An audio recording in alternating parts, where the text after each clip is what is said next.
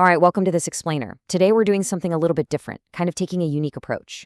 We are embarking on a grim, dark travelogue high up into the jagged peaks of the Gothian Mountains. We're going to explore a terrifying philosophical fable drawn straight from our source texts, all about the ultimate collapse of human ambition.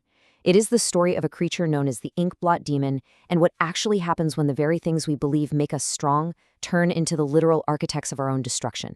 So let's just dive right into it. We're actually going to skip the usual agenda today because I want to hit you right off the bat with a deeply unsettling question, one that really sets the tone for our whole descent here. What happens when your highest virtue has become the very heavy iron that crushes you? It's intense, right? It challenges literally everything we assume about morality.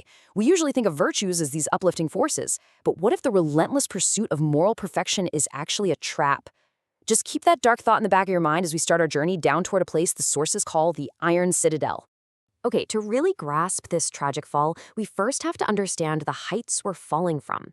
We're talking about a core concept from Gothian philosophy known as Werden. Basically, this is the dynamic cycle of becoming. It's the philosophical ideal we're all supposedly striving for, acting as a constructive catalyst for upward growth, specifically tied to the realization of the Nietzschean Übermensch. The whole ideal here is a human's ability to take their base animal impulses and sublimate them, to transform them into higher rising creative achievements. It's all about dynamic, upward motion and self-mastery. But here is where things take a really dark turn, because we see this violent inversion when we contrast that noble ideal of Werden with the reality of the Inkblot Demon. Goethe's constructive catalyst, that beautiful upward drive and sublimation of impulses, it's just entirely obliterated. The demon replaces all of that with a terminal dead end. So instead of creative sublimation, we get destructive consumption. The demon literally devours all human creative form, what the texts call Gestalt, and leaves nothing but eternal chaotic formlessness. Instead of pushing you upward, the demon introduces this suffocating vertical pressure. Which brings us to our first real stop on this dark travelogue, the parable of the Iron Citadel. In our sources, the Iron Citadel represents this place where humans make a fatal, truly heartbreaking miscalculation. They actually believe that adopting a rigid system of objective morality is going to act as a protective shield.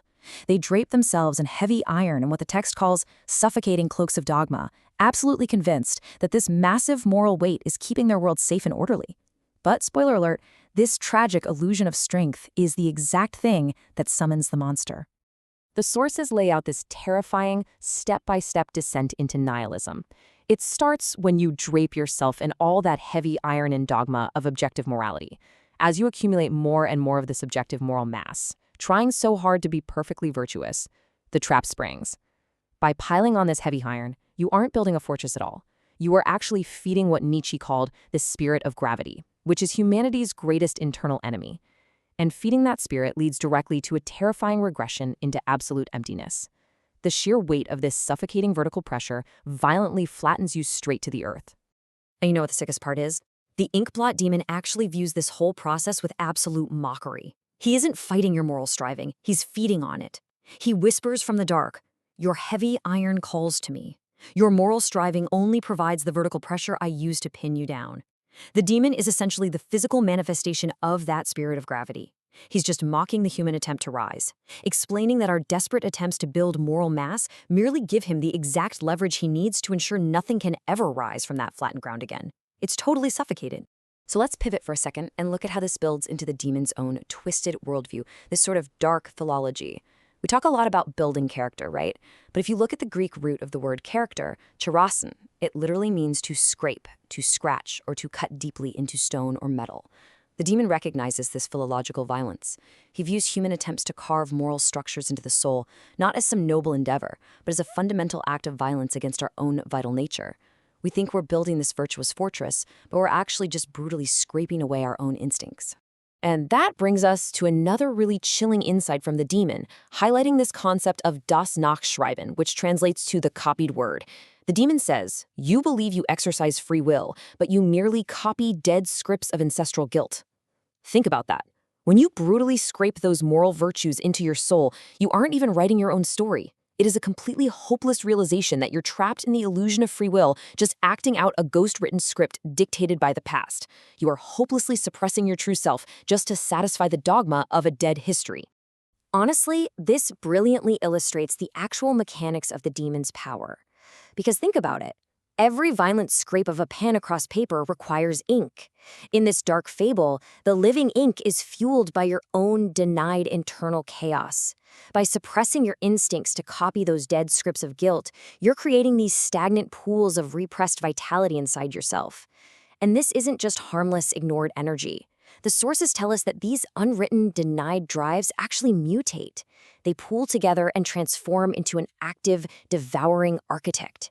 You are literally bleeding the ink that the demon uses to manifest. Every single time you violently suppress your true nature to fit a mold, you are just filling up his inkwell. So the really crucial takeaway here is that this process, it is not temporary. It leaves a mark. The sources refer to this as the tinctura. It's a staining, permanent transformation of the soul.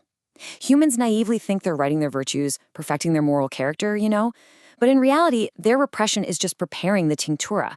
They are actively creating the exact conditions that allow the inkblot demon to step right out of their shadow, dictate their reality, and oversee their permanent, terminal downfall. When we step back and look at this violent inversion, the sheer scale of the tragedy becomes pretty stark. We start out with that Übermensch potential, this upward direction, the sublimation of animal impulses into creativity, and a life cycle of dynamic becoming, Werden.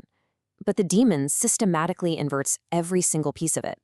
That upward drive, it becomes a suffocating vertical pressure pinning us to the earth. Creative transformation turns into a terrifying regression into nihilistic self-loathing.